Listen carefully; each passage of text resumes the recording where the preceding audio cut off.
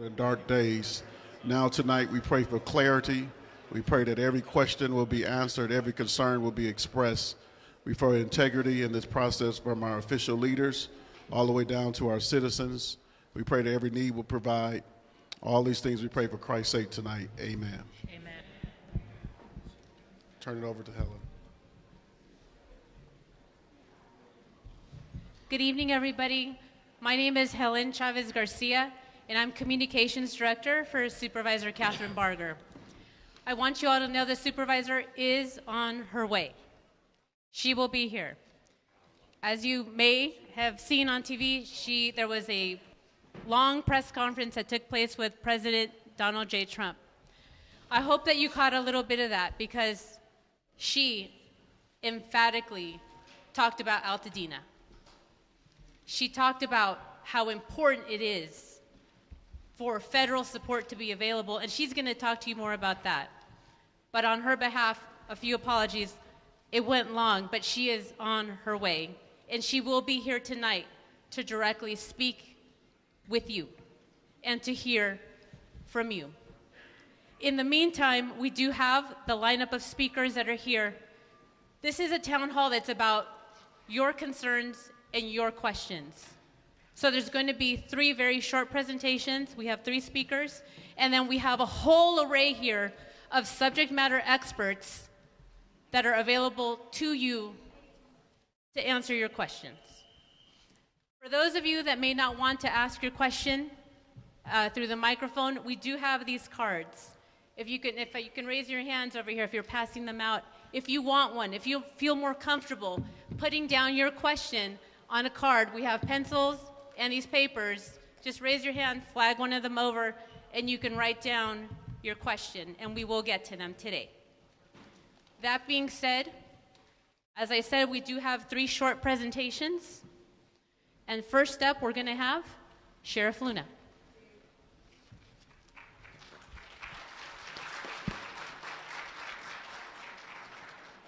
Good evening, Altadena. I can't tell you how proud I am to be here with you. You absolutely matter to each and every one of us, and that's why we're here. And we're not only going to be here now, today and tomorrow, but we're going to do everything we can to walk through this together as a community. And that's exactly what we need to do. Before I get going with just some facts, really they're updates. Last week when I was here, not in this building, but here in Pasadena, I started off my presentation with honoring the 17 community members who lost their life here in Altadena. I think there's nothing more important than those people that matter. And I want to tell you that they mattered a lot. You matter a lot. And from the night this occurred, I know that my deputy sheriffs, and I saw a lot of them in the days after, I looked into their eyes. Half of them had tears in their eyes because every man and woman that I talked to was wishing that they could have done more. It was a god-awful situation. Thank you for that. I was talking about the great job that our deputies did that night in saving many lives. And just to give you a couple of examples when I do pay tribute to the 17 lives that were lost here. 2 quick examples that night, our deputies went into a facility that had 30 mentally disabled adults in it. We rescued them. That facility ended up burning down. So thank God that we were able to save them. There was another facility that was like that, that contained over 250 residents. We were able to save them, thank God. But as we and reevaluate in the coming days of everything that happened, not only from the Sheriff's Department, but the entire county family, we'll be able to get into more detail. And that's not to say that I have it in front of me and I don't want to give it to you.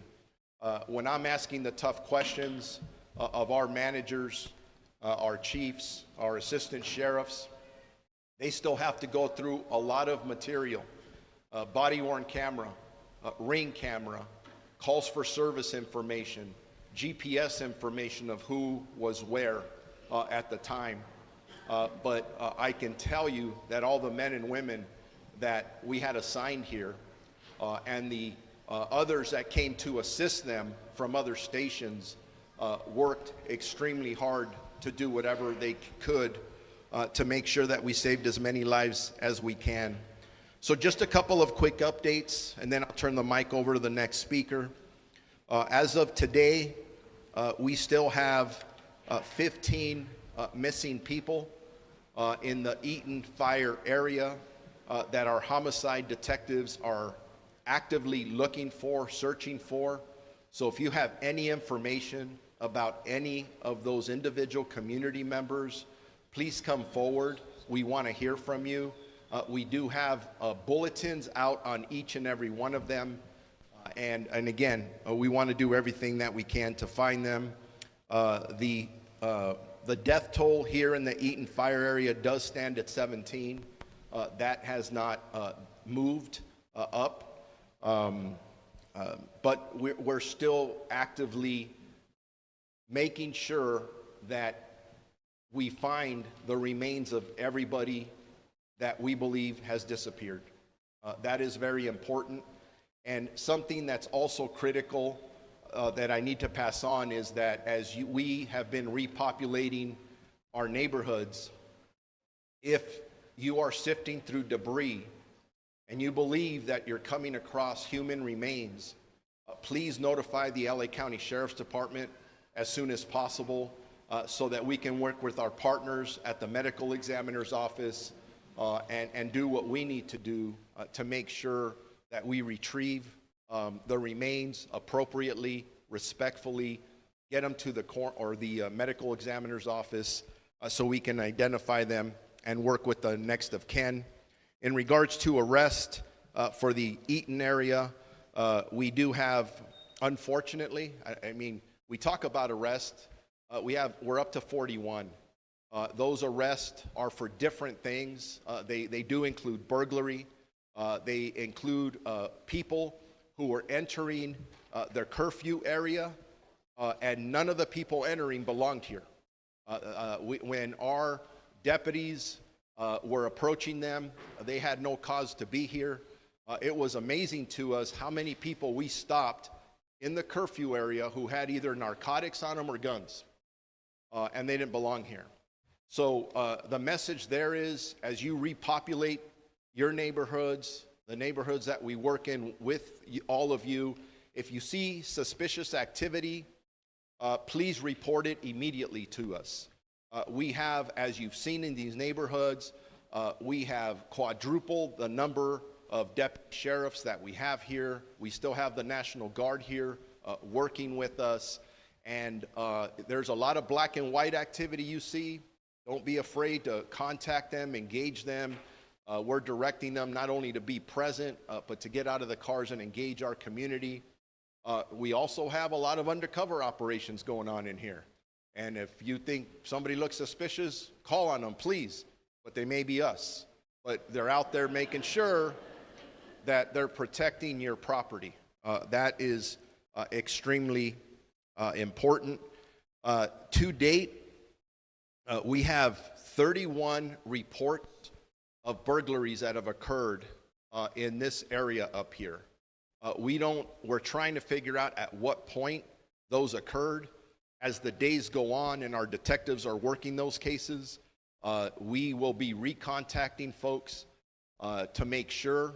We believe it may have happened right at the beginning of the onset of this event. And even though for the Sheriff's Department, we do put what we call looting suppression in place, that was a little delayed because the first 12 to 24 hours, we had one priority, and that was to evacuate as many people and save lives that we could. That was the top priority. So as we adjusted, we began to do those other jobs, which included ingress and egress, working with our partners, both with the National Guard. About a day and a half into this, as the mutual aid regional coordinator, I did ask for the National Guard, not only to assist us in our area here for Altadena or the Eaton area, which does include Pasadena PD, for LAPD up in their jurisdiction, for our other part of the fire in LA County, which was Malibu Lost Hills, and then for the Santa Monica Police Department. The California Highway Patrol, our governor has been amazing. We've spoken. I've spoken to the CHP commissioner multiple times. What do you need? How can we help? You saw a lot of support from those different agencies here in Altadena. So I just want to make sure everybody knows that. With that, I'm not going anywhere. I am here. Again, I'm here because I want to be here. You matter. I will be here for all the answers and questions that come up at the end, and then I'll turn it over to the next speaker now. Thank you. Thank you, Sheriff.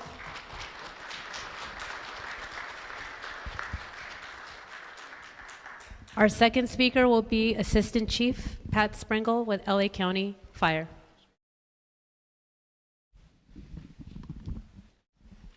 Yes, hello. My name is Eleni Pappas. I'm a Deputy Fire Chief with Los Angeles County Fire Department. I just wanted to speak quickly on behalf of our Fire Chief, Anthony Maroney. He wanted to be here. He is on his way. It was very important for him to be able to speak directly to President Trump tonight on behalf of all the residents of Altadena. And he was in the Palisades, and he's now making his way back. But he has just been absolutely committed to speaking to Governor Newsom on multiple occasions and speaking tonight with the President to make sure that the recovery efforts are going to be concentrated here in Altadena, to make sure that everybody gets back on their feet, and to make sure that we can help you get back to some semblance of normalcy after this tragic disaster. So with that, we thank you for allowing us to be here tonight to answer your questions. And I will introduce to you Assistant Fire Chief Patrick Sprengle, who is your local fire chief here for the community of Altadena. So thank you very much.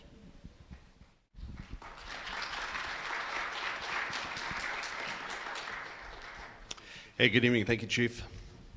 Again, Pat Springle, LA County Fire, and the local fire chief here for Altadena. First, I want to start out by saying my thoughts and prayers are with each of you in the community for your loss. I'm a resident of the community. My kids go to school in this community, and I'm absolutely heartbroken. But I know that the community of Altadena is resilient. We will work through this together. We'll rebuild Altadena. We will rebuild better. Just want to give you a couple updates fire-wise, and then we'll leave some. We'll certainly leave the time at the end for questions. So, first off, I want to assure you that LA County Fire, Los Angeles County Sheriff's Department will work hand in hand with you, along with the other agencies of Public Works, with Public Health, and all those resources that will be available to you. Work hand in hand with you as we work through the process here for rebuilding.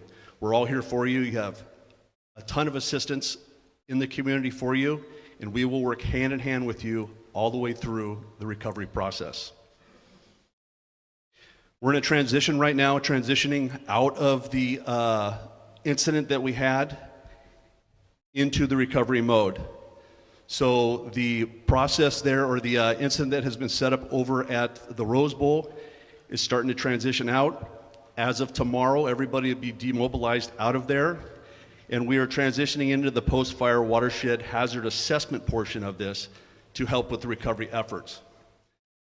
That portion of the team made up of CAL FIRE Team 5, LA County Public Works, local government fire, and local law enforcement will be setting up over at Santa Anita, and will continue the process to assist us in getting back on our feet. As a reminder, any recovery needs, I'm going to give you the link of recovery.lacounty.gov www.gov/Eaton-Fire. That will handle any of the needs that you need information-wise. So it's a great piece of information to go to.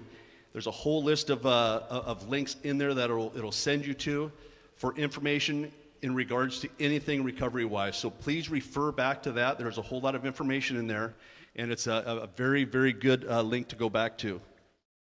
So again, that's recovery.lacounty.gov/Eaton-Fire.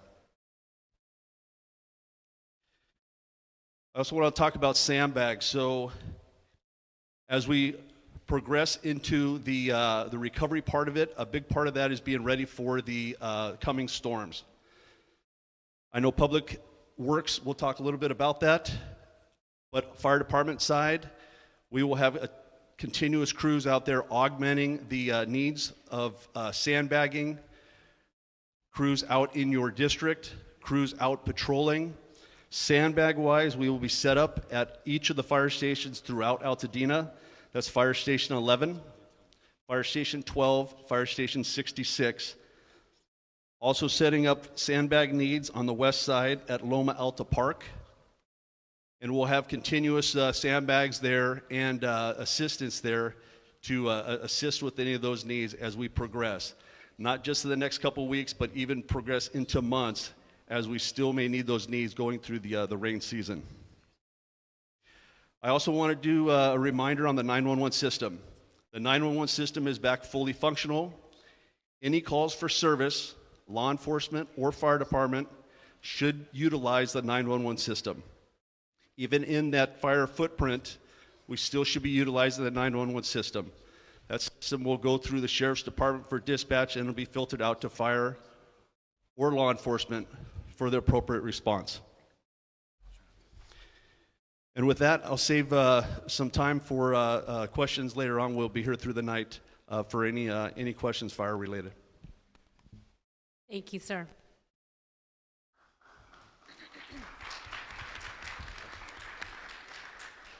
Before we move on to our third and final presenter, just want to remind you, if you did fill out your card, please lift it up. Someone will collect it from you, or if you want one, please raise your hand and we'll make sure that you get one. Thank you. And our third speaker is going to be Los Angeles County Assessor Jeffrey Prang.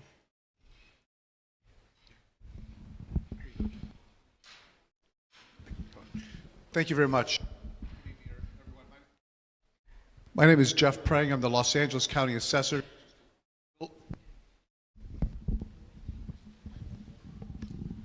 The sheriff's microphone was better. Thank you. Little clarification. I'm not the property tax guy. I'm not the one who sends you your bills. I'm the guy who tells you what your property is worth.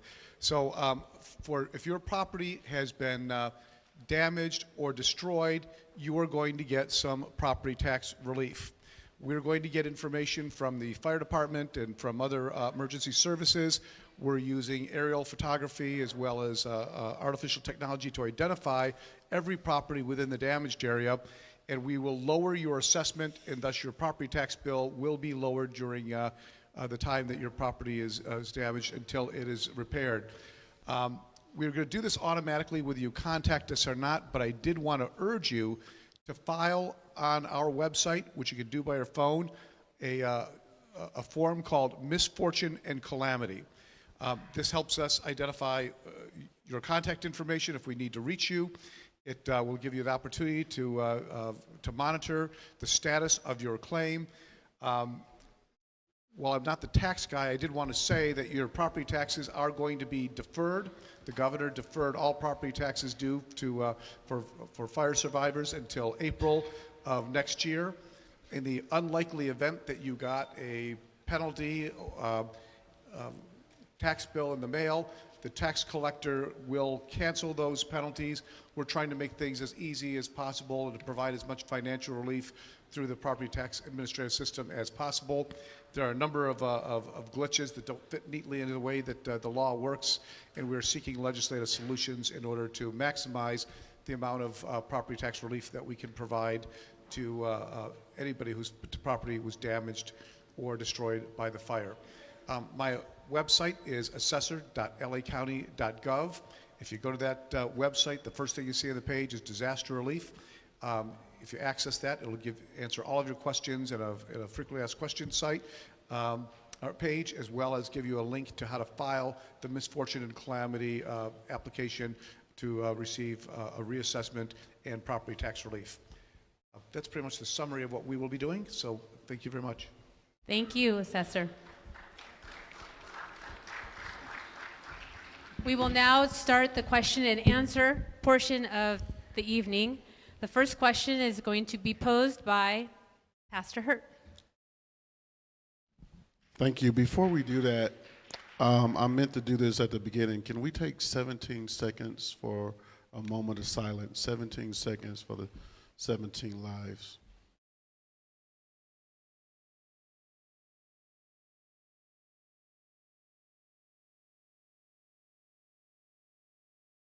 Amen. First question is, now that the National Guard has been removed from neighborhoods, what has been done to secure people's home and prevent break-ins? Sheriff. Thank you for that question. Sorry, I was checking with Captain Williams on some last-minute information. When the fire broke out here, I stated earlier, the first 12 to 24 hours, it was all about saving lives. The majority of our resources were committed to that. As we started to continue to bring people in, another priority that we came up with that we normally do in these situations is looting suppression. That's a job I wish we didn't have to do, but unfortunately there are people who take advantage of folks like all of us in these very rough times. We have had that assignment going on very actively. We will continue to do that. We do evaluate it every day, but it is very important for us to hear from all of you. I hear voices, and they're not in my head, just from community members that talk about liking the National Guard. It's interesting because sometimes we deploy the National Guard. There are people who like them, and there's people that get them off their streets. So we've got to make sure we hear very firmly from our community, getting input from you about what direction we're going to go. A couple other things. Starting tomorrow in this specific area, we will be deploying deputies on horses. You'll see mounted patrol out here as an additional layer to what we're doing. You will see our Aero Bureau flying around doing additional patrols. I'm going to talk to my command staff. We normally don't do this, but I may bring our drone operators in to have drones consistently over this area. I know that there was an attempt burglary report that happened in this general area where an individual was trying to break into a garage. Somebody caught him. He took off running. Those are the kind of things where we need you to be our eyes and ears on those things. So, and then this is also very important. Starting tomorrow morning, we have an email that if you would like a home check for your address, you can go to Altadena home check, one word, at lasd.org. We're putting that out. Please utilize that website. Again, that's Altadena home check, that's one word, at lasd.org. We will continue to do this. If we, again, we'll adjust. We're looking at maps. We're seeing where the challenges are and making sure we're using data to guide our decisions as we deploy resources in and around the Altadena area. I know I'm talking to our community here, but I always say this, that for the people that are watching me on TV, if you come to these neighborhoods to re-victimize our community, you're going to get caught and you're going to get arrested. And please know, for everyone in this room, over the last week, I have had multiple conversations with our district attorney. I think you've heard him vocalize his prosecution intent. I've also had conversations with the state attorney general. He is also eager to prosecute individuals that are involved in this type of activity. And we are also working with the U.S. Attorney's Office here in the district that has also put together a task force using other federal resources, U.S. Marshal, ATF, FBI. They're also going to be assisting us in these efforts. It's a long answer because we're doing a lot. And if we need to do more, we'll continue to do more. Thank you, Sheriff. Something else that we want to make sure to help you ask questions that will be answered today, we want to make sure that you know who's at these front tables and who's represented here today. So I'm just going to pass the microphone very quickly so you know who else is, in addition to the speakers, who's here. So I'm just going to have you run the microphone down. Pat Springle, Assistant Fire Chief, Los Angeles County Fire Department, responsible for community of Altadena. Eleni Pappas, Deputy Fire Chief with Los Angeles County Fire Department, and I have the East Operations Bureau. My name is Mark Pistrella. I'm the Director of Los Angeles County Public Works. I can answer questions about flood control, the ash and debris on the site, the rebuilding process, and I can do joint question and answer on the debris removal. Good evening. My name is Colonel Eric Swenson. I'm with the United States Army Corps of Engineers. We're here working under FEMA's authority to help with private property debris removal. Robert Luna, your sheriff. Jeff Prang, LA County Assessor. Hi, Dr. Anish Mahajan, the Chief Deputy Director of LA County Public Health, here to help answer your questions about your health. Nicole Wilson, Public Affairs Specialist for FEMA. Good evening. My name is Robin Fenig, and I'm with the California Governor's Office of Emergency Services. I'm one of our Assistant Directors for Disaster Recovery. I'm Mary Ann Bradfield. I'm a Public Affairs Specialist with SBA's Office of Disaster Recovery and Resilience, and I'm here because I can answer questions about our low-interest home loans that cover home loans, business loans, and nonprofit loans, and loans for renters, even for private property. Thank you. We're going to go to FEMA. You have a few questions in your hand, and then I'll run the microphone into the audience. We'll go back and forth. Yes, there are a few questions in my hand that I probably will end up passing to someone else because they are like business related and things like that. Thank you. For the first question, is it true that if you have a GoFundMe, FEMA will subtract from the resources that they may provide? Here's the bottom line to that. If you have a GoFundMe account that specifically says you are going to buy a car with the funds that are raised from that GoFundMe account, then FEMA will not be able to provide funds to help you buy a car. Okay, the law prevents us from paying for things that you've already received money for. But please do not be discouraged, because having a GoFundMe account does not disqualify you from applying for or receiving FEMA assistance. So if your GoFundMe account says that I'm going to buy a car, then FEMA may be able to assist with some of the housing needs that you have, hotel reimbursements that you have, displacement costs, rental costs that you may have if you rent a place to live in the interim of trying to get your property back together. Okay? Does that answer the question? I see some nods. Okay, awesome. All right, another question. How long will it take to get financial help? Okay? Well, it really depends on your specific situation. Everybody's case is going to be different. Everybody's need is different. And everybody's story is different. Even when it looks the same to the eye, everybody's story is going to be different. We've been on the ground about 2 weeks. We've got about $40-ish million, a little bit more than $40 million in the hands of people already. So that money continues to go out the door. Our teams continue to process the applications that are coming in, and we're working as quickly as possible to make sure that we're putting the money in the hands of the people who desperately need it. Okay? Yes.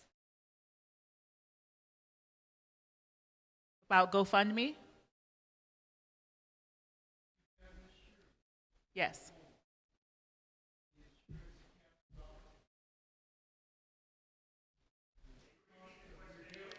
I will. I will repeat the question.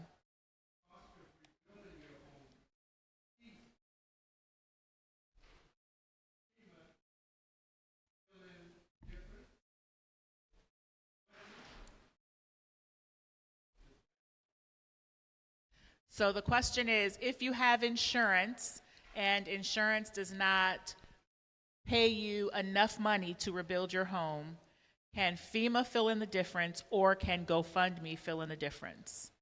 Okay, so if you have insurance, they will pay you a certain amount of money. FEMA offers assistance to people who are uninsured and underinsured. So once you have that letter from your insurance company telling you what they will pay for and what they have not covered, come back to FEMA, let us see what they did not cover, and we will do our best to supplement some of the things they did not cover. Okay? I cannot promise you that that's going to cover all the expenses to build a home. I don't know what your individual story is, so I would hesitate to say that what you receive from insurance and from FEMA is going to be enough to make you completely whole. Okay? If you have a GoFundMe account, please understand that FEMA is not sifting through GoFundMe looking for your name to see if you have a GoFundMe account and how those funds are being used, okay? If you have a GoFundMe account, we encourage you to be carefully consider how you create the page, because remember, if it specifically says you're going to use the funds for a particular thing, then FEMA is by law prohibited from paying you for that specific thing, okay? All right, we were asking about, can we get help with FEMA applications? Most of us are seniors and we need help. Absolutely, our teams are in the communities. We have been going to churches, to libraries, to community centers, our recovery centers. If there is a need in a particular area and you are unaware of teams that are out registering people and providing assistance, please let me know and we will work with our team to make sure we get someone in your community to help you walk through that application step by step. And what long-term resources will remain? The concern is help will disappear, and I anticipate people needing assistance in a few months. There is nowhere to keep all of the items now. FEMA has a long-term recovery team. We will be here. We understand that the recovery process for this disaster is not going to happen overnight. Our teams will be here helping rebuild not just the community, but also helping assist the individuals through this recovery process. If you have not yet applied for FEMA assistance, please make sure you apply before the March 10th deadline. We just need you in that system before March 10th, so if you receive your insurance letter after that date or your situation changes after that date, you're in the system and we can work with you to make updates to your application and continue working with you through the process. For example, FEMA offers rental assistance to survivors who may have to rent a home. We offer that assistance for up to 18 months. So FEMA is here. FEMA is going to work with you. We ask that you keep in touch with us when your situation changes so we can work with you to make any updates to your case as needed. That is all of my questions. Thank you for that. And we have Supervisor Catherine Barger that just walked in. She's going to say a few words to you.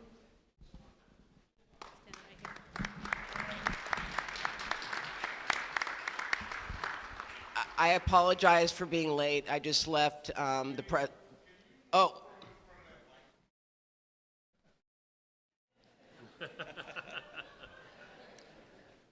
I apologize for being late. Any of you that know me know that I'm usually 15 minutes early to anything, but I felt it was important for me to go and be a voice to the President of the United States to let him know to not forget Altadena and not forget Pasadena.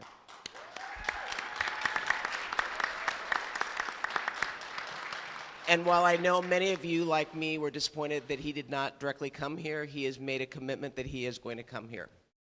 And I make you this pledge, and I told him that we are in this together, and I told him that the people of Altadena reflect exactly the people that he promised he would not forget if elected president. And I'm looking in this room, and you know what I'm saying. So we have a lot of work to do, but we're going to do it together, and I'm going to get the president out here so that you all, I don't want him to hear from me, I want him to hear from you. And when it comes to the notification, on a separate note, I have asked for an independent review. I do not want it being done by county personnel. I want it being done by an outside party to look at what happened. And I make a pledge to you all on that. We're going to get answers. And I'm not waiting for the report that the fire does, because fire always does. Where are you, fire? Fire always, he was with me as well, so we made it in good time over here. Fire does their own review, but I'm not waiting for their review. It's too important to find out what happened. You all deserve answers, and I promise you, I'm all about transparency and I'm all about clarity. Let me be clear. You are going to get answers. On the issue of who has not had access back to their property yet? Everyone has? Yes. Because one of the, who you have not, because one of the things that okay, so is Edison here? I got some emails today on Edison, and I know Anish, we're looking into it to find out what's going on. But another thing I brought up to the president is how many people want their power lines underground? So one of the things we talked about, and it's something that I'm going to pursue because I keep hearing that time and time again, and we're going to work on that. And Altadena is not for sale. Yeah. Yeah. So as we move forward, I just, again, apologize for being late, but I think you all understand why I had to be there. I had to be a voice so that this community is not forgotten. And as long as I am a supervisor, which is for 4 more years, I promise you, you will not be forgotten. I'm in this for the long haul. And actually, the president even said, do you have 4 more years? And I said, yes, and this is my purpose in life right now. Yeah. Yeah. You've been there for 50 years? Thank you, Chair. I don't have anything to show me what I had at the beginning of my babies. It hurts so much to know that something could just one day take away it all. And it's not here anymore. Where's the support for that? No one's mentioned how they're going to help us with that inside hurt. I have a handicapped husband who I had to drag out of the house because of the fire. We never got anything to say evacuate. What are the people going to do about those people? It hurts every day that I wake up and I realize it was not a nightmare. What are you going to do with that? Because I'm sure many people in here are hurting. I certainly am. Like I said, I raised my children here. My husband was a soccer coach. I was a mother who picked up the children and took them home. So I have a good history of Altadena. But I don't feel good because I don't feel like I got mine from the hurt and the stuff that I missed because it's gone. I can't bring it back. And I know, I understand that, and quite frankly, you know, I have friends that have lost, and I am always at a loss of what to say, because from a mental, the hurt inside, the pain inside. Yeah. So. Yeah.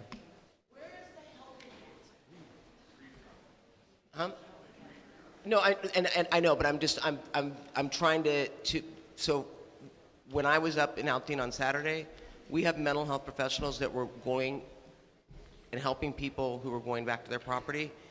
But I hear you. I mean, I went out to our camp and saw a child who was literally having a very angry episode, and his mother was crying, and he was angry because his mother had no place to go, and he was living with his father who he had never lived with before, and the mother is grieving because her son is suffering and she doesn't know what to do. I hear you. We will address that. Okay, I promise you. And let me just say one thing really quickly. Sorry, I talk too fast. Faith-based. I'm looking in, first of all, New Revelation. Thank you for letting us use your facility. We're going to need faith-based. I was at AME. We're going to need all of our faith-based partners to help us with that as well. And that is going to be a huge source for healing of the community. And I hear you, and I'm sorry. And I'm sorry to your husband. Yeah, I know. We also have, ma'am, I'm sorry, from FEMA, we also have a comment here about mental health support.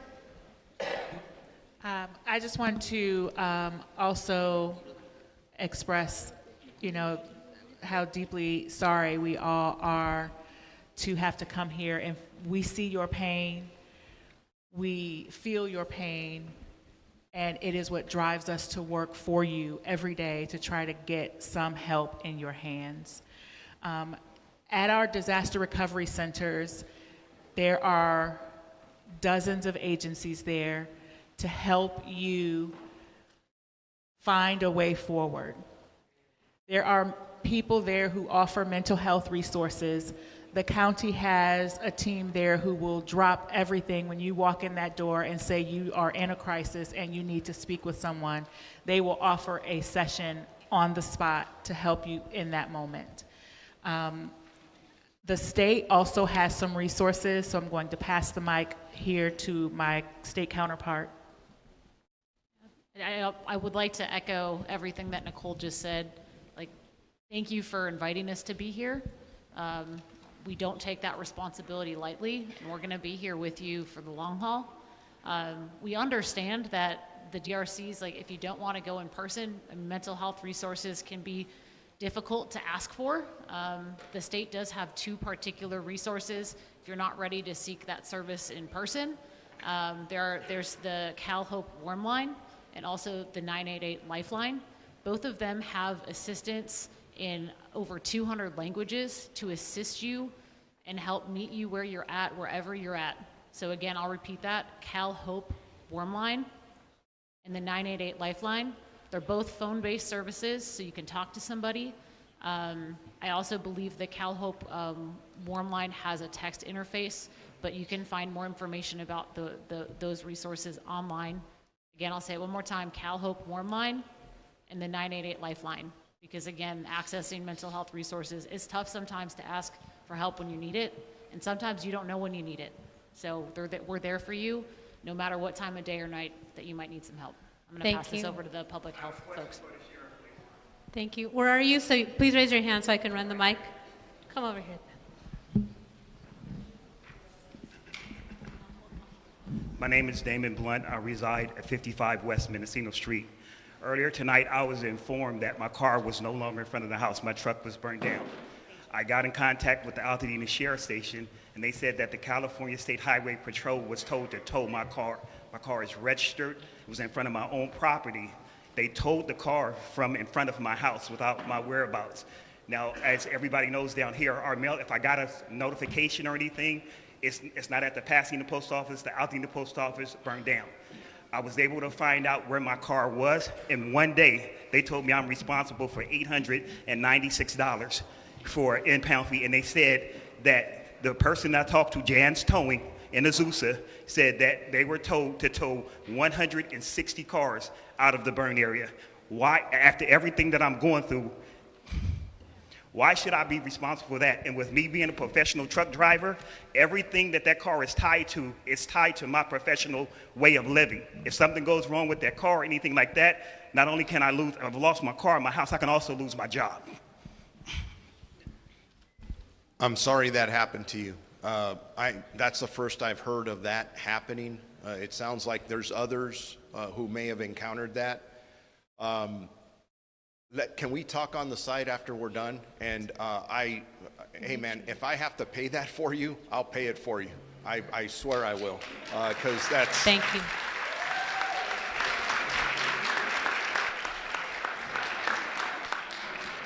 Thank you very much. We're going to take one more over here, and then we have some written comments, and we'll keep on going back and forth.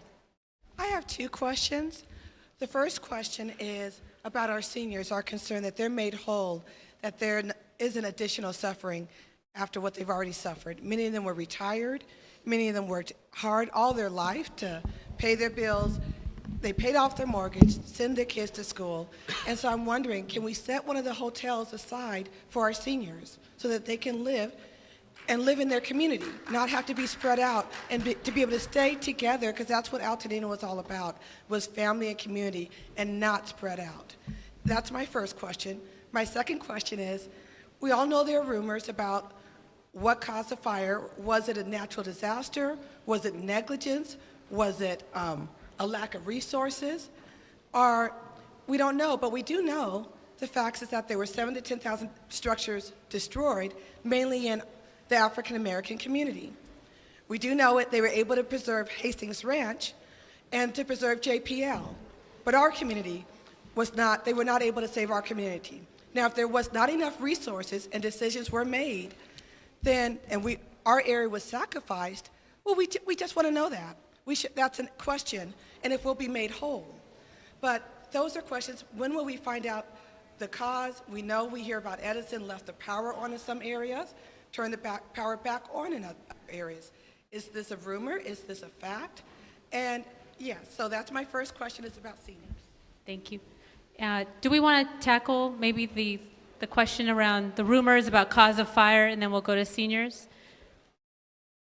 Does County Fire want to take that, or anyone else?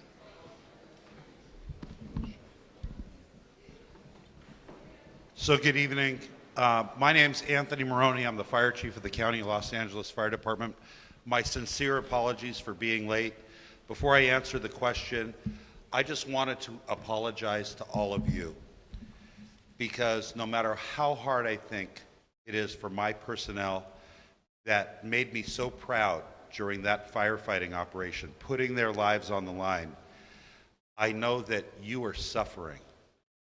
And for that, I am deeply sorry, because you rely on your LA County Fire Department and you rely on me as your fire chief. I am ultimately responsible for everything that goes on in my department. And I'm gonna live up to that commitment to all of you. You need answers. You don't want to wait. We don't know the cause of the fire. I know that law enforcement at the federal level is investigating it. The Bureau of Alcohol, Tobacco, and Firearms, we're assisting, but the minute they find out, we're going to share it with this community. Because after losing so much, you deserve answers, and you shouldn't have to wait a long time. Did you have another question for the fire department? No, there was a question about housing solutions. I heard you say about seniors and how to help keep them locally based over here. I am wondering, I don't know if we have someone from housing up here. FEMA, is there anything you want to share about maybe short-term housing solutions? And we will also make sure that your question gets addressed by the supervisor's office. We'll make sure we get your contact information, because there is long-term, short-term housing solutions that are being worked out specifically for seniors. Got it. We will follow up on that. FEMA, is there anything you want to talk about when it comes to housing solutions? Sure. I know that FEMA, as you mentioned, has short-term and long-term housing solutions, and one of our programs is the Transitional Sheltering Assistance Program, which allows, which pays the hotel expenses for individuals who have already applied for assistance and who qualify for that assistance. And so that program does contract with multiple hotels, and sometimes it is a little further out, and I don't have an answer right now about whether we can reserve an entire hotel for that's dedicated to seniors, but I will talk to our team and get back with the county to see what kind of assistance like that may be available. And then again, longer term assistance is rental assistance. If you find a place to rent, FEMA can assist with some of the rental costs for up to 18 months. Okay, thank you very much. We're going to do a little bit of interplay. So there was questions about rebuilding, debris removal, I should say. Director Pastrella and Colonel, is there anything that you want to comment on that? And then I'll keep running the mic. I think I should. Good evening, everyone. I need to start out also, I feel compelled to just express my deepest. I have, in my career, my personal life, I've been involved in many, many incidents. In my personal life, I lost home as a child, and I had damaged home just recently, so I understand the anguish that you expressed so wonderfully there, and the cycle that we will go through, the process of anger and acceptance and denial that is so hard to deal with. And I just encourage you to reach out for mental health services. I myself used the Red Cross just recently, and they got me back on my feet and got me going. So I just encourage you, and I encourage the whole community. I pray that here in this environment, I just feel I want everyone to pray, have the strength to help you all to continue on as we have into this recovery. I just want you to know that. As your Director of Public Works, as Chief said, I feel that it's my responsibility, it falls on me to get you rebuilt in your community. And Altadena is not for sale. It's your community. It is your community that we are committed to bringing back for you, with you. So just know that.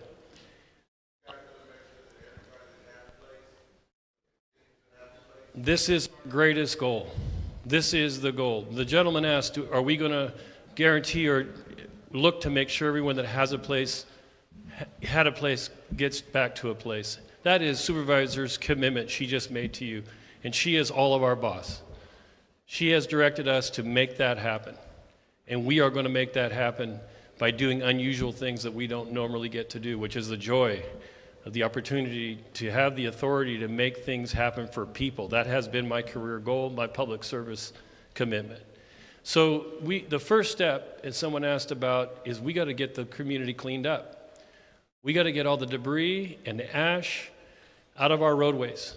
We have to fix our infrastructure to the point that that life support system is back and it's ready for your use, and the use of our first responders who take care of you in day-to-day activities. And just the roads to the schools and the schools themselves, the library and the businesses all need that infrastructure. For the first week or two here, we have been actively putting back that infrastructure, cleaning the streets, looking and trying to make it safe to you to re-enter your properties. We did repopulate the community, but I know you've gone back and seen it's still a mess.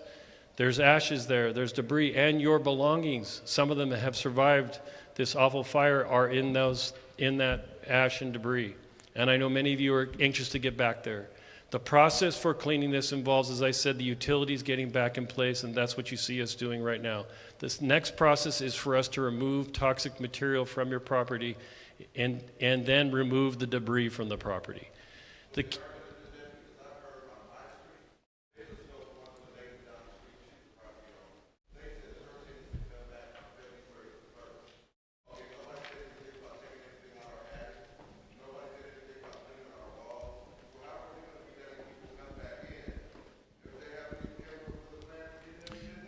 We have a plan to remove the ash and debris from your properties, and we are about to explain that process to you.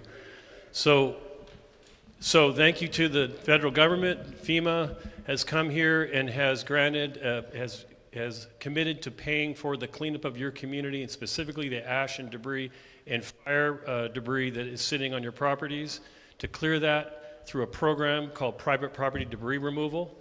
They have contracted with the great Army Corps of Engineers, my partner agency, who is represented here today by Colonel Swenson.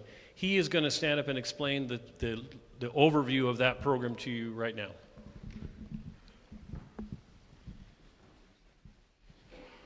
Good evening. I'm going to come around front. Believe it or not, I used to teach college math, college calculus. So if I can get this to work. I could just use my outside voice too. So, the bad news is that we're in this situation. The good news is that the Army Corps of Engineers is here, and we have a long, long history of winning for the people that we serve. I just recently got back from Maui, where I spent 6 months doing the private property debris removal program for 1,600 properties in the community of Lahaina. So, although I've never had my house burned down, I've walked hand in hand with thousands of Hawaiians as they recovered from the worst day of their life, being August 8th, 2023. So we brought in the A-team for this. We have formed the all-star team from the United States Army Corps of Engineers, and we are here to help you recover from your worst day. And we're going to walk shoulder to shoulder, hand in hand with you through this entire process.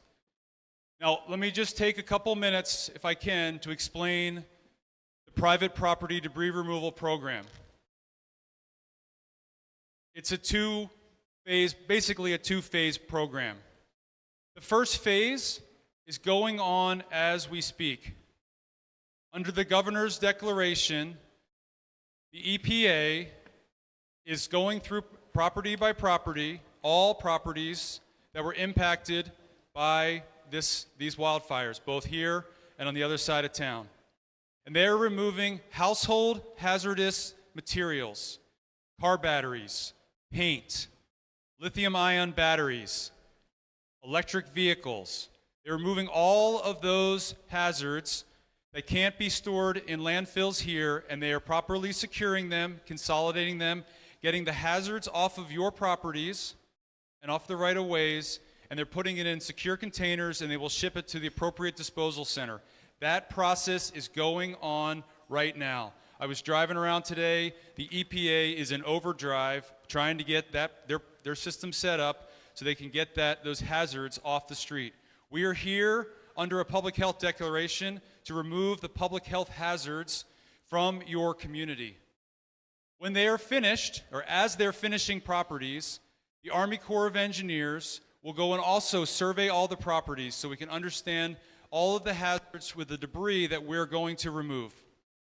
Now, the EPA can act under the President's declaration to remove the household hazardous materials, the worst of the worst. But all of that fire debris that's on your property is also not healthy for you. And we want to get that off of your property. So you will have two options, and in the coming days you will hear about a couple acronyms. First, I'll just say the first acronym you're going to hear a lot of is USACE, U.S. Army Corps of Engineers. That's me, right? We're going to bring an Army here to help you. The second acronym you're going to hear a lot about is ROE, Right of Entry. ROE. You'll hear people say, did you sign your ROE?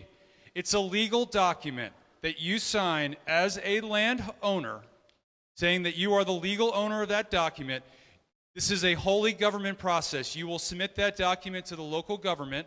They will verify that you indeed are the legal owner of that property based on tax records, deed records, because we don't want to enter a property if we don't have the legal authority from the legal owner of that property.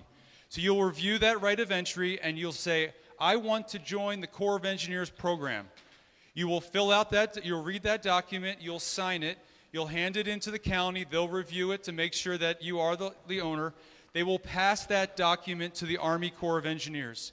Our team will review that document, and we will put you on a runway for one of our crews to go out and do private property debris removal. So what's going to happen is a couple days out, when you're on the list, you're going to get a phone call from our contractor, and he's going to say, or she's going to say, we're coming to your property in about 3 days or 5 days. And they're going to ask you if you want to be on the property when we do debris removal. You have a choice. Some people say, absolutely. Some people say, I can't. It's too much. It's okay. And if you tell them you don't want to be there, and then they call you the day before and say they're coming out the next day, and you change your mind, it's okay. You can show up. You can show up for 5 minutes. You can show up for the whole day or the whole 2 days. We're happy to have you there. We'll keep you at a distance because, again, we're here because of this public health emergency. We want to make sure that you're safe. Your safety and the safety of this community is of utmost importance. And so we are going to move at the speed of trust that we build with you through this entire process. As I said in the beginning, we're going to walk hand in hand with you to make sure you're comfortable with the process. Then we're going to show up to your house, and we're going to respectfully remove the fire ash debris from your property. That ash debris will consist of several things. If you have recyclable metal on your property, we will take the recyclable metal off. That includes titled property such as a boat trailer, or a car. We will properly get that recycled off of your property. We will also go on and look for any hazardous trees. Again, we're here because of the public health emergency. So if you have a tree that is burned, that's overhanging the right-of-way, overhanging your property, we don't want to put our crews in danger, and we don't want to put the public in danger. So we will remove those trees and properly enter into the waste stream and put those where the county and the state ask us to put them, in an appropriate storage location or landfill, green waste site. And then we're going to go in and we're going to remove the fire ash debris from your property. And we're going to take all of that ash in what we call the ash footprint. So if you think about your house as your house was burning, I know this is maybe conjure up bad things.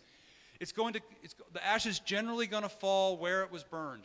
And so we're going to sort of trace that ash footprint around your property, and we're going to remove all of that ash. And we're not going to remove the foundation. We're going to scrape the foundation and wash it clean. And then we're going to take 6 inches of topsoil between the foundation and that ash, the edge of that ash footprint.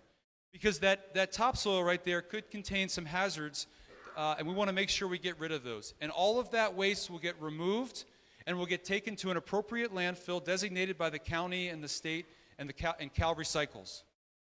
So that's basically the process. Then, because again, we're here for public health and safety, we're going to go back and do a final inspection. Make sure we didn't miss a tree, make sure we didn't miss any debris, and then we're going to check off that the property is complete, and we're going to turn that right of entry back over to the county. The county's going to hold that right of entry until it gets turned back over to you, but once we give it up, we give up our right to be on your property. But I assure you, when we give up that right of entry, your property will have all of those hazardous materials associated with this fire removed and properly put in a proper debris stream so they can be safely secured.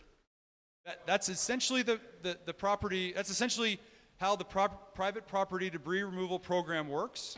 And I guarantee you, you will be part of this process. We want you to be part of this process to the degree that you want to be part of the process. But the end state is we want your property to be clean. We want your neighbor's property to be clean. We want your whole community's property to be clean. Now, some people say, I live in a house that didn't burn, and my neighbor's house, all my neighbor's houses burned around me. I've lived through this. I have very good friends in Maui. They were the only house in a neighborhood that didn't burn. They moved back in before debris removal started, and they haven't left their house since. And the reason is because we monitor air quality, both for our crew's health and for the neighborhood's health. So we make sure that if air quality is not where it's supposed to be, we add more water. We do what we call the wet debris removal method. So we'll make sure that as we remove the ash from the property, we have it under sprinklers and hoses, actively wetting the debris to keep it down and keep the dust down, so that people in the area that have moved back into their homes are confident and comfortable that they can live in their home with the debris removal going on around them. Now, if you're not comfortable, we understand, but I have lived through fire recoveries where people have lived in and around the community. Some people say, well, you're going to have trucks all over our road. And the answer to that question is yes. We are going to come in and we are going to take over the roads and we're going to have lots of heavy equipment on them. But we are going to spread our crews out evenly across the entire community.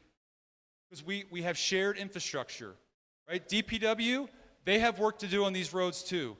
The power company, the sewer and gas company, they have work to do on these roads. And so we're going to share the infrastructure with not only all of the infrastructure service providers, but with the residents who need to use those roads as well. So we're going to be respectful of those roads. If we're in a really constricted area, we'll use flaggers, right? We'll use flagging companies so that traffic can pass safely. Look, a lot of people perished and lost their belongings, their lives, and in some cases their lives and their livelihoods in this fire. We want to move quickly, but we want to move safely.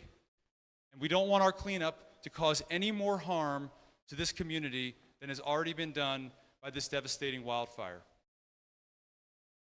I spoke a long time. Thank you, Colonel. I just want to say, we're going to take a few questions, if you have it, for Colonel Swenson, and then I'll keep working the mic around the room, and I will get to the other side too. And just a quick comment about the Colonel. He is here indefinitely. He's not someone that's going to be deployed. Get to know this face. This face is going to anchor this work. So he's not moving on just here a week or two.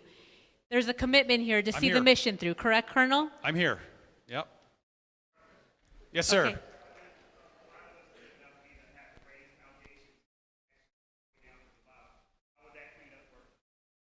So under this program, we are not going to take foundations out, but we will clean all of the ash and debris that is inside the foundation. So in some cases, we'll use heavy equipment to scrape it out. In some cases, we'll be there with shovels. In some cases, we'll be there with individuals picking the debris up and putting it in a bucket and then taking the bucket out of the burn area.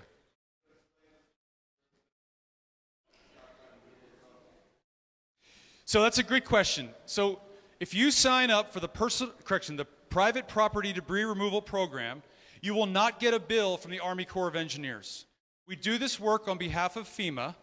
Now, if you ask FEMA, as it was talked about earlier, you can't, as FEMA mentioned earlier, you can't receive two benefits. So you can't get an insurance payout for debris removal and have the government pay for debris removal. Right? But if there are additional, so if we do the process for you and your insurance policy specifically states $10,000 for debris removal, you may be subject to pay that back to the county and then ultimately back to the federal government, because you can't receive a benefit for something the insurance can't pay you and the government can't pay you for the same exact benefit. Now,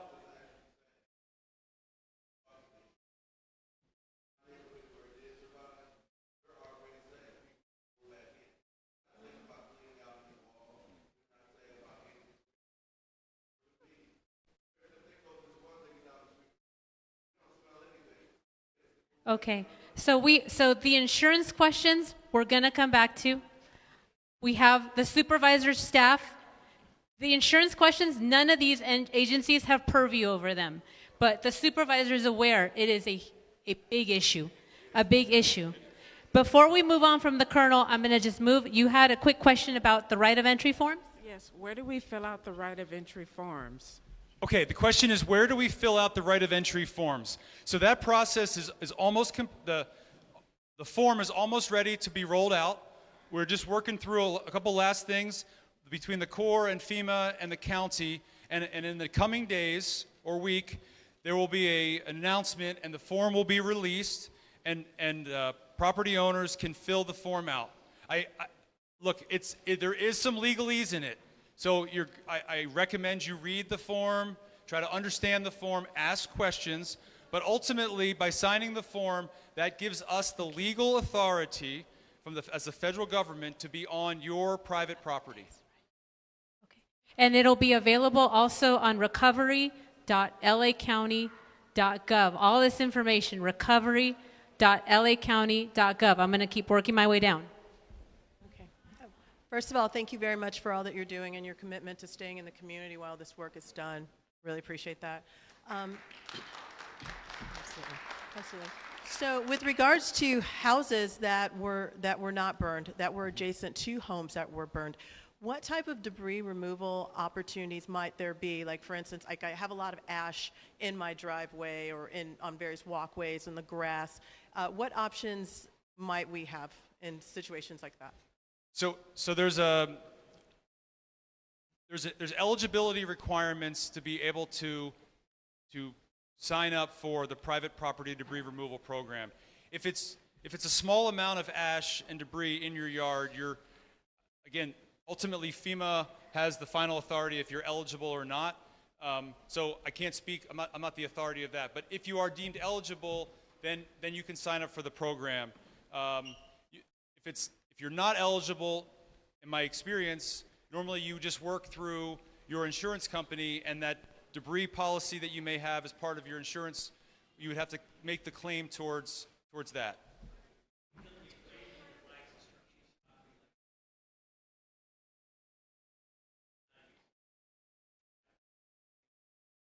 Can you repeat the question? It's a little hard to hear back here. Yeah, so the question was, if by signing this right of entry, are you waiving your right to the property that might be found during the debris removal process?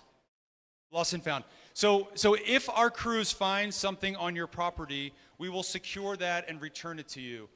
I do encourage people, if you're comfortable with it, to come back on the day of debris removal and to watch the crews. These crews we're gonna work around the clock to get this done. And so, it's always good when the customer is there just to smile and thank the crew. We want that relationship. And if you say, my grandmother's ring was we think it's right about there. If we can find it, I mean, in the process of it, we will try. There's no guarantee, but we will try. We have found things in the past. We're going to go right here, and then I'll keep working the room. Hi, good evening. My name is Yolanda Strother Williams. My parents moved us up to Altadena in 1963. That's a very long time, 1963. How do you plan to rebuild, replace, restore? How can we reclaim what was lost? And I'm really thrilled, I guess, to see all of you here, inasmuch as we needed people to help us save Altadena, and nobody was there. So everybody's here now to rebuild, reclaim, restore Altadena. It's an arduous task. So how do you plan to do that? And can you keep your promises? How do you plan to do that? We'll go to Director Pastrella. Do you want to take that one? Sure. Thank you for the question. So LA County will make a Herculean effort and put a building department one-stop center in Altadena specifically for your community. All the permitting agencies that are a part of issuing a building permit to you will be in that agency. This community will receive expedited building permit reviews. We will put them out as quick as we can. I'm going to be personally meeting with the area architects and engineers. There was a question in here for me. We will put out a list of trusted architects and engineers from this area, as well as contractors. I cannot recommend one of them to you, but I can certainly give you a list of those who have built in this area before. And then we will also help you with not being scammed by actually asking the question about the legitimacy of any contractor. So I want to put that out there right away. Is the state contracting licensing board is who keeps the records on contractors. If anybody's approaching you right now and saying they're ready to build, you got to check them out by asking, are they a contractor? Next question is, where have you built before in this community? Have you built in LA County? And then you can come to our office, and we will also have a list of people who have constructed homes on time and on budget for community members like you in the past. Our part is to get the permitting process done as quickly as possible. So we will put that community center, one-stop center in, and I'm looking for real estate right now. We should have something in the next 30 days where that center will be open and you get started with the process of, one, filling out your ROE and for debris proposal, and then starting the process of reconstruction. That's how we're going to fulfill our promise to you, is to make sure that it's as painless as possible to rebuild your homes. Thank you. We just have to keep moving around the room. Over here. Thank you. As far as the tree removals, not the debris, but the tree removals, who can we contact about that? Because I know you guys made some rounds already, but there's a lot of trees that I know they're dangerous. Maybe the people love their trees, but some of them got to go. That's the Right. first question. Second question about the mud concerns. Yeah. You guys gave us phone numbers and nobody calls us back. They say they're going to call us within 24 hours, Okay. but nobody calls us back. And we're up in the Rubio Highlands. We know mudslides are going to come down. Who can we call, or how can we get calls back regarding that? Okay, on the trees, the street trees have been inspected. All of them have been inspected by my staff to assure that they're not unsafe, that they can stay in place. If they are unsafe, they will be removed. Unsafe means that they are imminent danger of collapsing. But I also want to acknowledge the value of the trees in this community, particularly the oak trees. We want to be super sensitive about how we handle the trees. We're going to be looking to save as many as we can. But again, on the street trees, if you have a tree in the neighborhood that you've identified as you consider a hazard, you can call my building safety office and talk to them about that, or our road department. You can catch us at LA County, pw.lacounty.gov, or you can always call the number that you can always call for any emergency. We're going to give it out here for rain too, 1-800-675-4357. Any hazard like that, signals, sewer, water, road problems, or trees that appear to be a hazard on private property or public, we will come and take a look and then work it out with you. All right. Yeah, on the mudslide situation? Okay, let me give you that. I will get you, sir, you will get an inspection first thing tomorrow morning. All right, we right. got Please get two his- questions up here. Thank you. Okay, there's some cards. There's some people in the room that are shy and just don't want to speak. There's some cards. Please raise them. We'll collect them. But at the front, who has some cards that they want to answer? Well, I had a question. There's cards already collected up at the front, and then we'll keep on moving the mic. Who wants to go? I have a question for the Colonel. In the This is front just for a the speakers. follow-up for the Colonel regarding the private property debris removal. Thank you for sharing that information, because this is the first time I've ever been in a disaster, and I was a little confused because I was thinking that we would be responsible because we have it on our insurance for debris removal, but it seems like you have two options. You either go with you, or then you hire your own private to do the debris removal. Is that the way this private property works? Yes, there's two options. You either opt in to the federal program, which is my team, or you opt out of the federal program, but you have to do debris removal. So if you opt out of the program, you have to follow all of the same steps that the federal program has to follow, because remember, we're doing this to protect the public health, right? So we want to make sure that all of that fire ash is properly taken off the property, properly transported, and put in the appropriate waste stream. And so you can take, if you have the insurance money that you can use to pay for it, I will tell you, in my experience, unless you have a really, really good insurance policy, it's probably not going to cover the cost. And when you do it with us, when we're done, it's done. Right? Thank you. We have a question back here on fire and also price gouging. Hi, I wanted to find out when you guys, what the time frame was for the debris to be removed, and also the rebuilding process. So timelines. This is obviously the question that I get most frequently in the beginning, in the immediate days after a wildfire. And if I give you a date, you're going to write it down and you're going to hold me to it.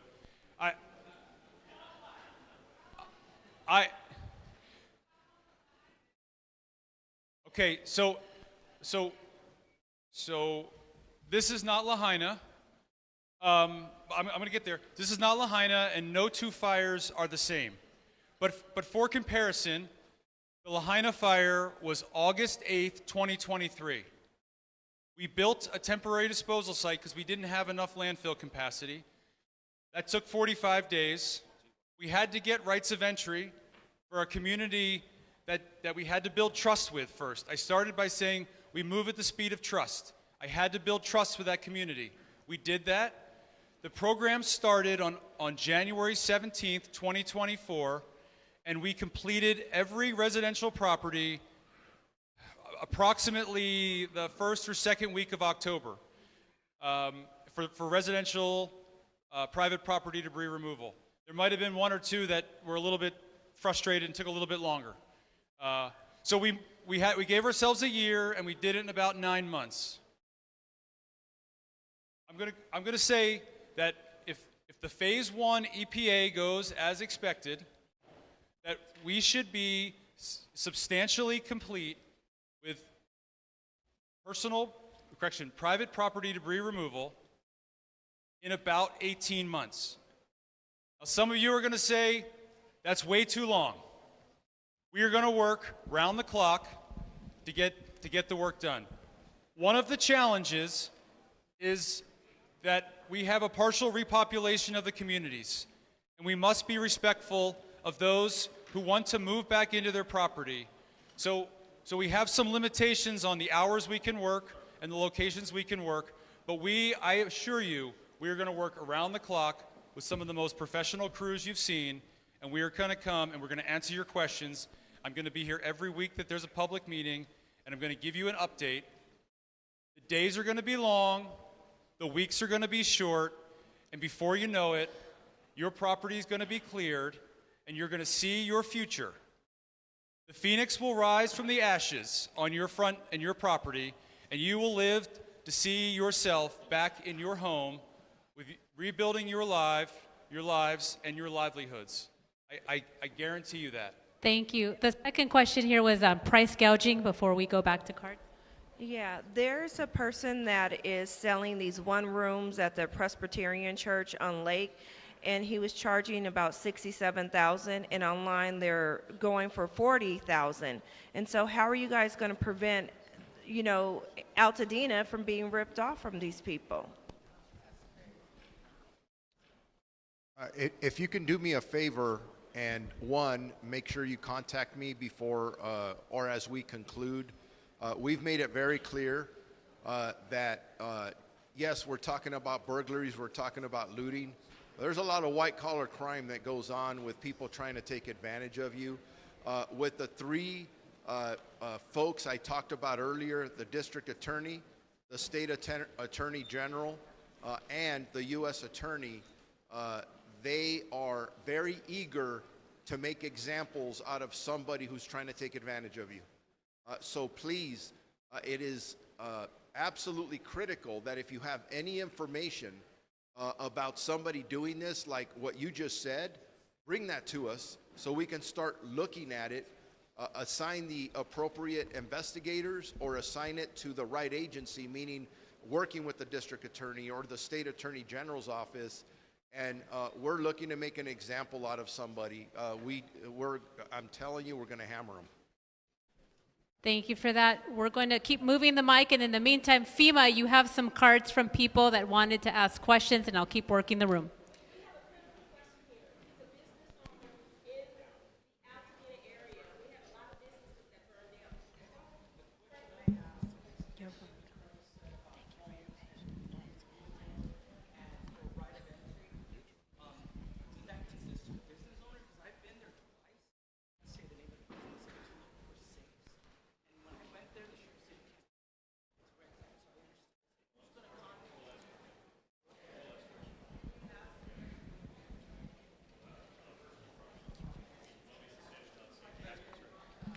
Gentleman was asking about known personal property within a property that he wants to retrieve. LA County Building and Safety, along with the Army Corps, will escort those folks into those locations if you so choose to, and make it safe for you to retrieve those valuables if that's what we're trying to get after. This is a business. The business that he's talking about is a small business, and he's attempting to find certain things. I'm not going to tell the address or the name.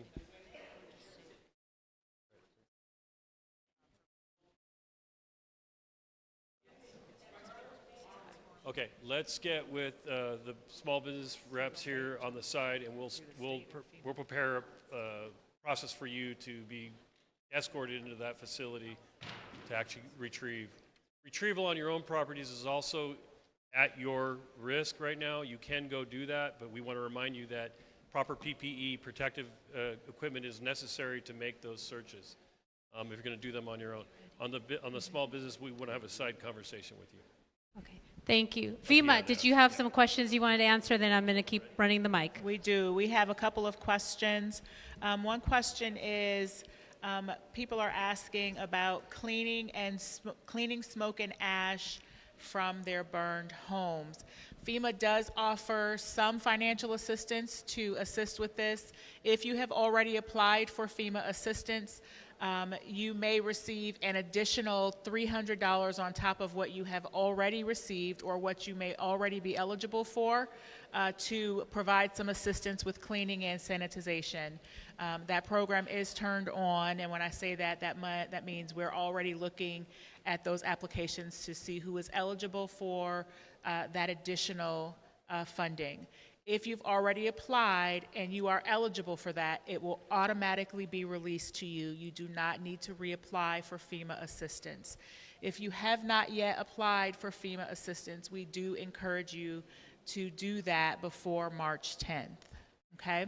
Our teams will consider all of the things that you are eligible for, and that will automatically be included in your grant if you are eligible for that assistance. Okay? It cannot be something that your insurance covers. If your insurance covers that, then FEMA, as multiple people have mentioned, we cannot also cover that. Okay? Also, a question is, can we get help on tenants' rents? How about 6 months or more from FEMA or the powers that be? And how much money can help a homeowner get from FEMA? So each homeowner's story is going to be different. So everybody will not get the same amount of money. Okay, your story is going to be very different from the next person's story based on your individual need. FEMA has a max of $43,600 for the structure and a max of $43,600 for the contents within the home. So the max that FEMA could give you is about $87,200 if my math is mathing tonight. Okay? That is not including rental assistance. So you can get that max if you qualify or if you're eligible for everything, okay? You can also receive rental assistance for up to 18 months on top of that, okay? But I really want to stress how people's stories are going to be different. You can have two people who look like they have the same amount of damage, but when you get FEMA money, you may say, we had the same damage as our neighbors, but my neighbor got $43,000 and I got $23,000. There may be very distinct reasons why the number is so different. You may not have had insurance, and your neighbor may have had insurance. So there are different reasons why your amount of funding may not be the same, okay? It may look the same, the level of damage may look the same, but the situation, the story, and the circumstances may be very different, okay? And then we have one question about public assistance for churches. Yeah, so the FEMA Public Assistance Program and there was a concern, I think, also voiced on the question about the fact that it's a reimbursement program. We are looking to set up what are called applicant briefings for any eligible entity, so houses of worship, faith-based private nonprofits, as well as local units of government, special districts, to start the public assistance process. And again, it is reimbursement, but we understand that these services are going to be ongoing for a long period of time. These applicant briefings are where we can connect you with somebody from both FEMA and Cal OES to understand what assistance can be provided. And then I will say we have not yet scheduled the applicant briefing because we are really focused on the immediate needs and getting folks the individual assistance offered. as well as this private property debris removal, because that can inform how folks are recovering more immediately. And so we're going to be setting those up, and we'll definitely follow up with the supervisor's office to ensure that all potentially eligible faith-based organizations and private nonprofit organizations know when those applicant briefings are scheduled, and then we will work with you one-on-one after that meeting to deliver that public assistance program. And so the applicant briefing is where that process starts. Thank you. There's a follow-up question over here about helping grandparents, also related to FEMA. Hey, thank you so much for doing this. It's really amazing to have an opportunity to be able to all come together and speak and get our questions asked. So definitely thank you so much, every single one of you, for being here. My grandparents, they had their home for the last 52 years. They're both 86 and 87.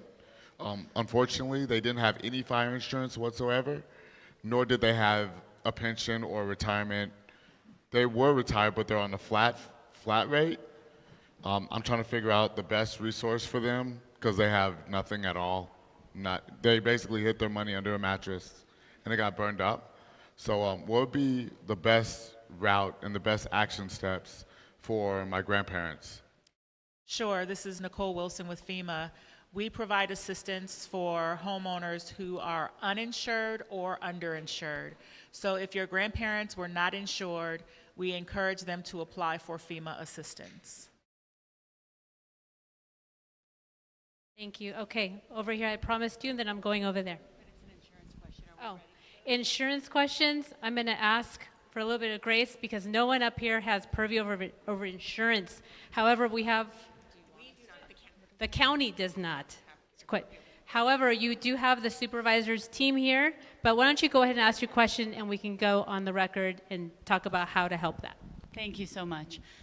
First, I just want to say I'm so sorry to everybody who lost their homes, and God bless everybody who lost lives and homes, and thank you to everybody in this room who's doing so much work to help us and who tried so hard to stop these fires. I am concerned. I am one of the lucky ones whose house is standing. I am concerned about insurance cutting off funds or forcing us back into our homes before we think it's safe. I don't always trust the authorities when it comes to what's safe. I'm from New York City. They told people to go back right after 9/11. They've admitted that that was a mistake. Hundreds of thousands of people have cancer. So I moved to Altadena to raise my children there, just like many of you wonderful people have done, and I'm afraid to bring my kids back in. I understand, sir, that you have a clean process for debris removal, but I'm sorry, I don't believe that those contaminants aren't going to get kicked up into the air. So for those of us who do not want to go back into our homes and do not want to rent it out to somebody else because we think it is unsafe, will the county or the state give some sort of mandate, I don't know what the legal language is, to the insurance companies that say you cannot force people back into this neighborhood that is a toxic waste site for the next 18 months or 2 years or however long it's going to take to clean up the entire neighborhood. I don't want to live in a house that has a street full of toxic waste next to me for many, many months, and I can't afford to do anything else. So I'm asking the supervisor, to ask the governor, to ask Karen Bass, all the people who did not help us on the 8th, to help us now and prevent a disaster after the disaster. We all want to stay in Altadena, and we want it to be beautiful, and we also all want to be alive and healthy to enjoy it, and our children to be safe. Thank you very much. Thank you. I'm going to have the Supervisor Barger's planning deputy director here address some of that. So we hear you loud and clear. I think the question is about insurance companies, and what we can tell you is we do have an open line of communication with the insurance commissioner. He's been at some of our press conferences. We've maintained a very good line of communication with him. We're very happy to take that question to them and have them come to future events and help us answer those questions. So it is outside of our authority and jurisdiction, but it doesn't matter. We will get you an answer.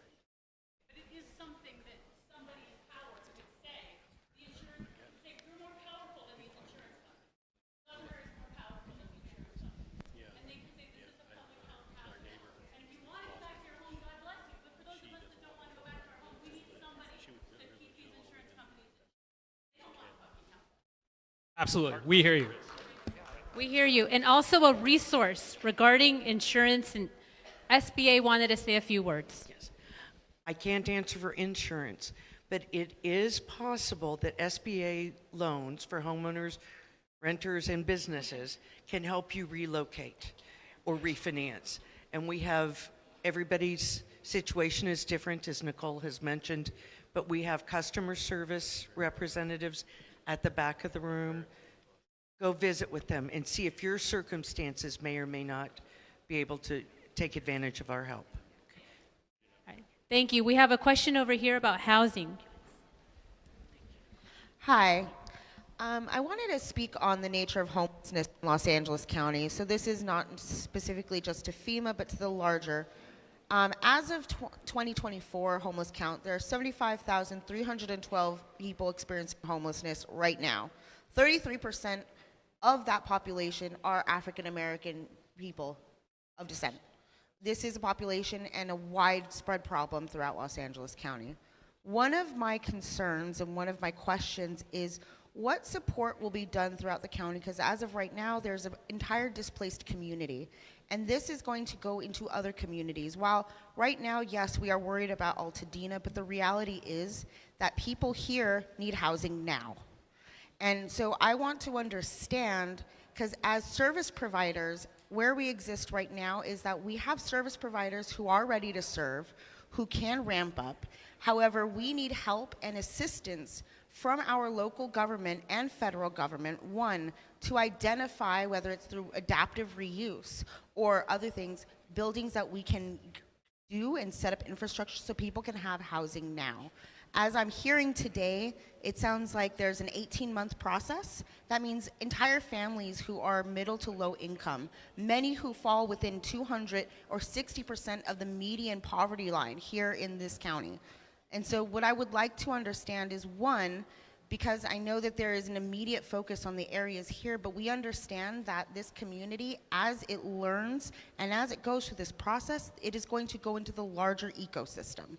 And so what is going to be done so that service providers outside of SPA 3 and service providers, whether that is a church, whether that is a Salvation Army, a local agency, what can we do in terms of the fact that funding is oftentimes reimbursement based?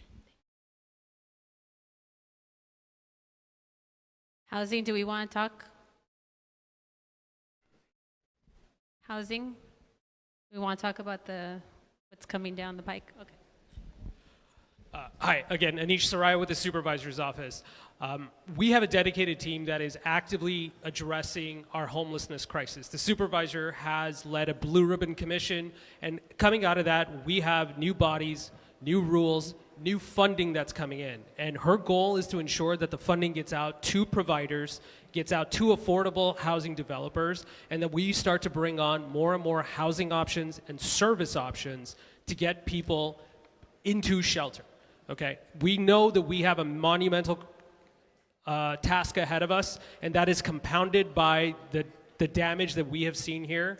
But those are active conversations, and we have an entire county department, our CEO, Homeless Initiative, along with LASA. They are working to address a lot of these things. They're maybe not directly tied into this specific emergency, but it is no less a priority, and it is something we're very happy to get you more information on. Please connect with the supervisor staff who's over here. As I work the mic, there was a question on a card about protecting homes now from the incoming rain. So could someone address that while I run the mic and keep on working the room? Absolutely, yes. This question's come up. So let me give a quick weather report and then tell you what we've been doing to get the community ready for the rain. Our current forecast calls for light rain starting tomorrow, Saturday, with heavier rain beginning around 10 a.m. on Sunday morning and lasting through Monday. This event is not considered a huge rainmaker, but it is enough because it is important to us because we have the watershed burned and the natural areas burned as well as the areas of your homes.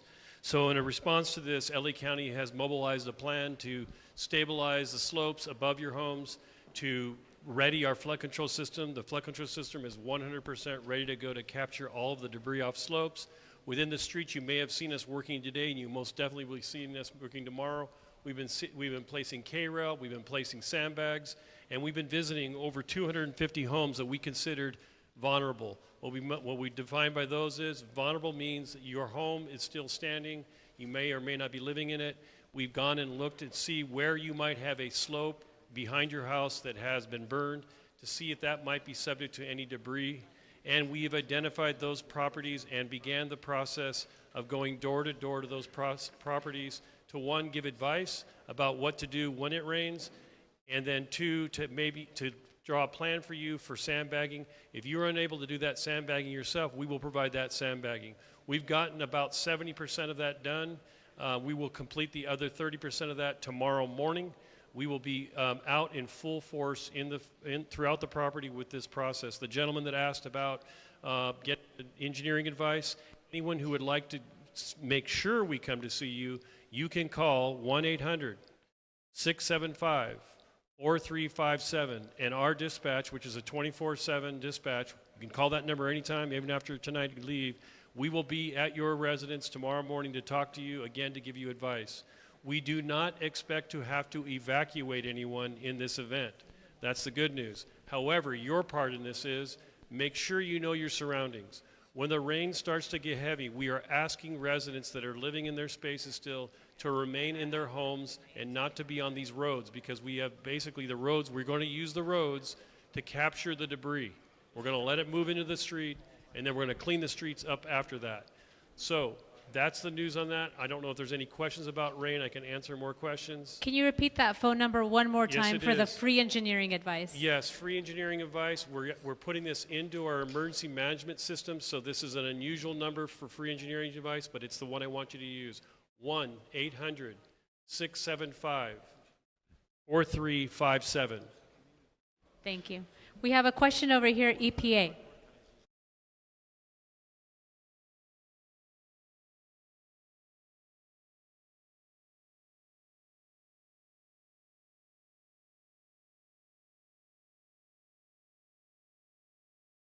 Maybe DPH, EPA, who wants to take that?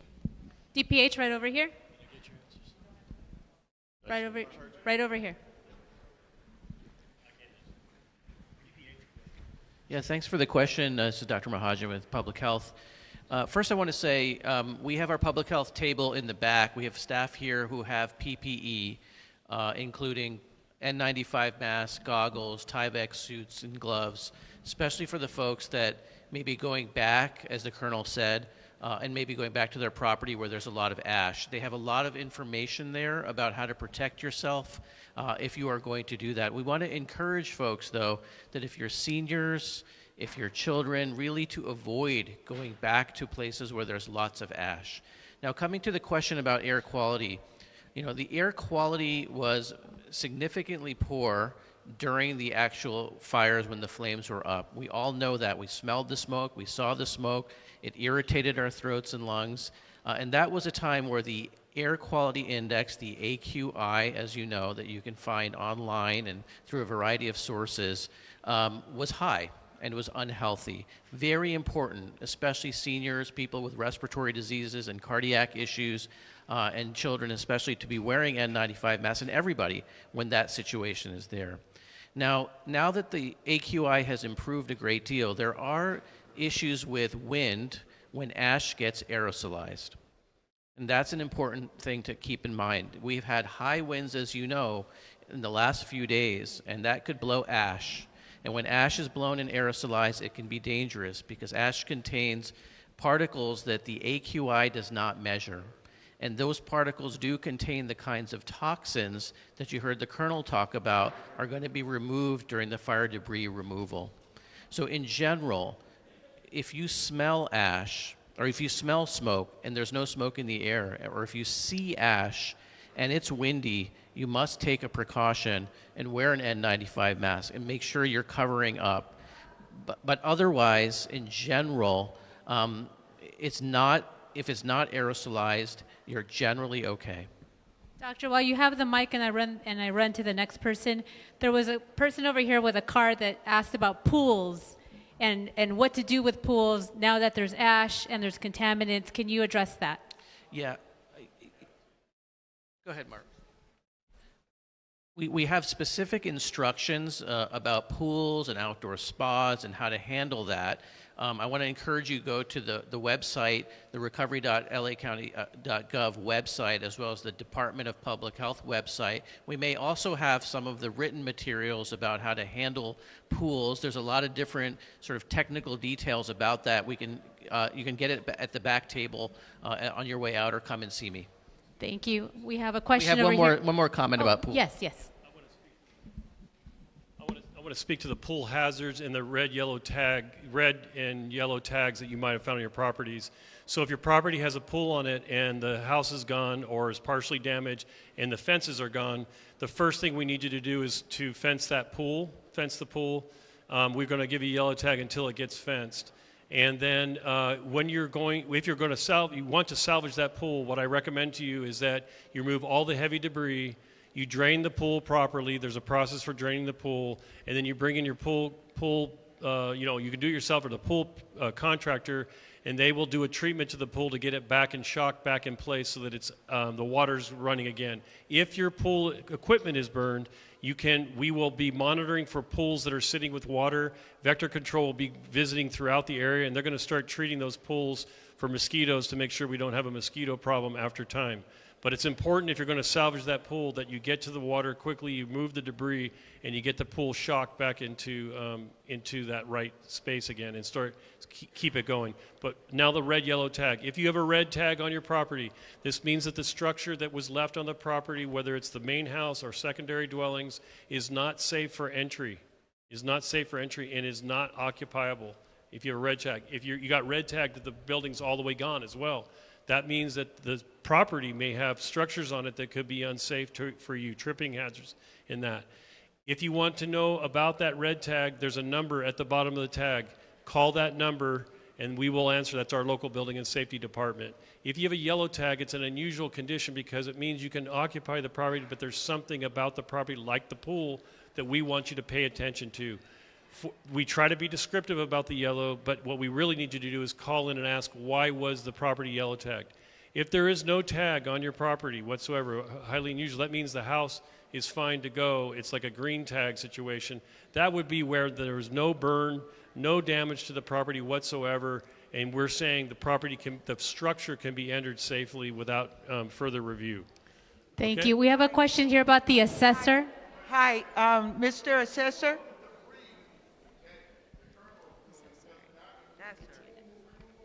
If that debris is there when they get there, it's going to get removed.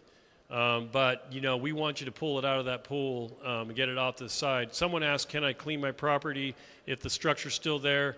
Yes, you can. You can clean that, but you can get a contractor to come and your insurance may pay for that. But talk to us first before you go do your private property removals. There's a fine line for us between full property disposal and like cleaning up the yard and cleaning up that layer of soil that you want to get off that's been burned. A question over here about assessor. Hi, sir. Thank you for being here. This is a question about property taxes. So I keep hearing this term about making the residents of Altadena whole. And that's going to be impossible. However, I want to know, once we build new structures on our property, will our property taxes increase? No, they will not. So you can rebuild your property up to 120% of what was previously there before the fire, and you will carry over the same property tax base that you did before the fire. We're going to lower the assessment for the damaged property. As you rebuild it, we will restore it to your previous assessment prior to the fire. You can build up to 120% what was there before without reassessment. Sure. Question about right of entry and title. Colonel Swinson, thank you for your information. You indicated for property to be cleaned and getting right of entry documents that you needed to show title of ownership, et cetera. What do you do in situations where the person occupying the home does not have their name on the title? What is the process for being able to have the remediation still completed? So that's a great question. So if you didn't hear it, the question was, what happens if your name is not on, it's your home, but your name's not on the title? That's not really the Corps of Engineers lane, but that'll get worked out through the county, and there's a legal process that you go through to establish ownership of the property. It happens in older communities where the properties are handed down and the person's name on the deed just never got updated. So there's a legal process. It takes a little bit more time. So you won't be able to fill out a right of entry that gets to me right away. But if you're persistent, working with the county, we'll get the process completed, and then it'll come to us, and we'll get it in the queue. So we're going to proactively search your properties for all the property records. When we find something like that, we'll be acknowledging that, and then we're going to work with you directly. This is the LA County Department of Public Works. The phone number for debris removal, I just had it, is 844. Okay, I'm going to give this to you in 1 second. We'll come back. Assessor, while I go to this next one, you had some questions written down for you, I believe, about Assessor Prang.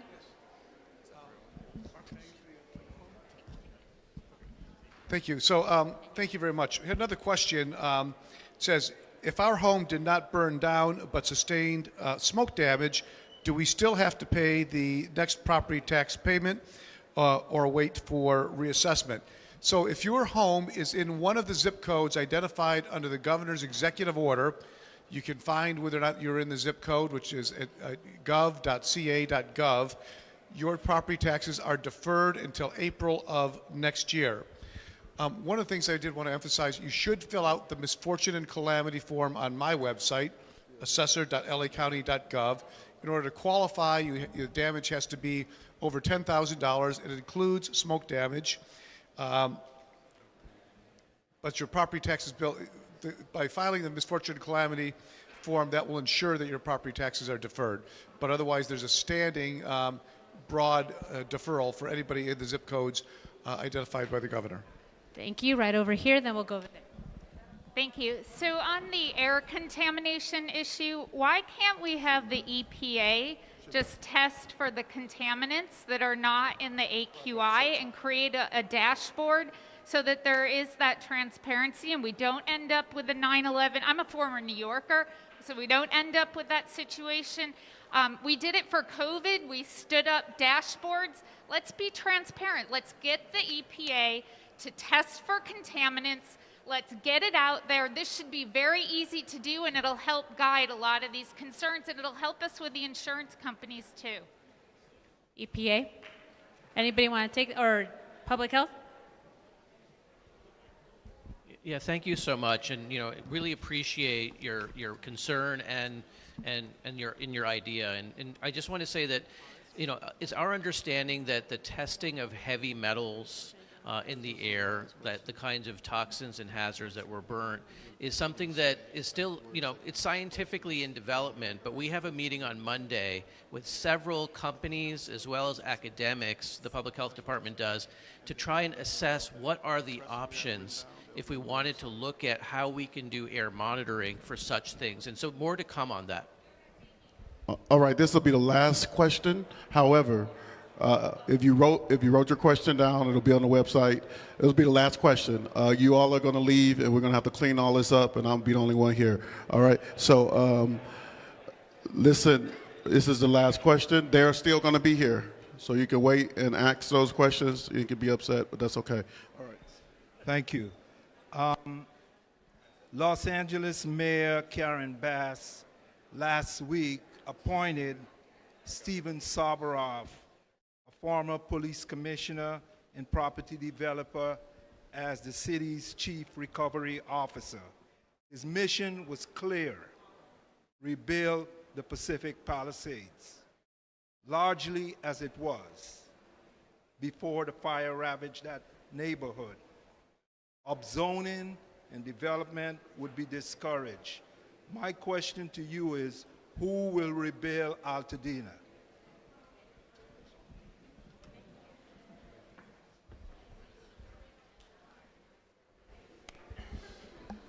Hi, everybody. This is Anish Saraya.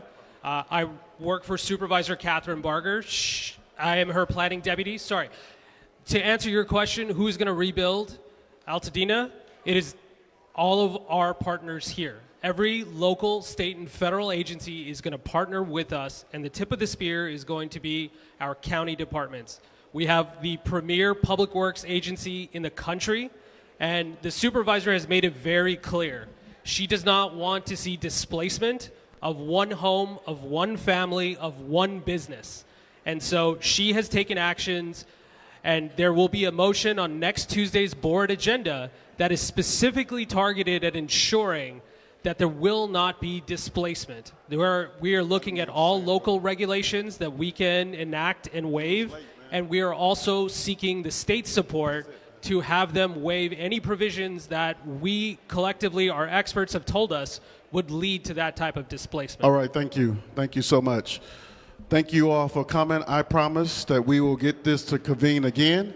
For those of you that was late and missed out on the opportunity, look out for the next convening and come on time next time. All right, go home and help.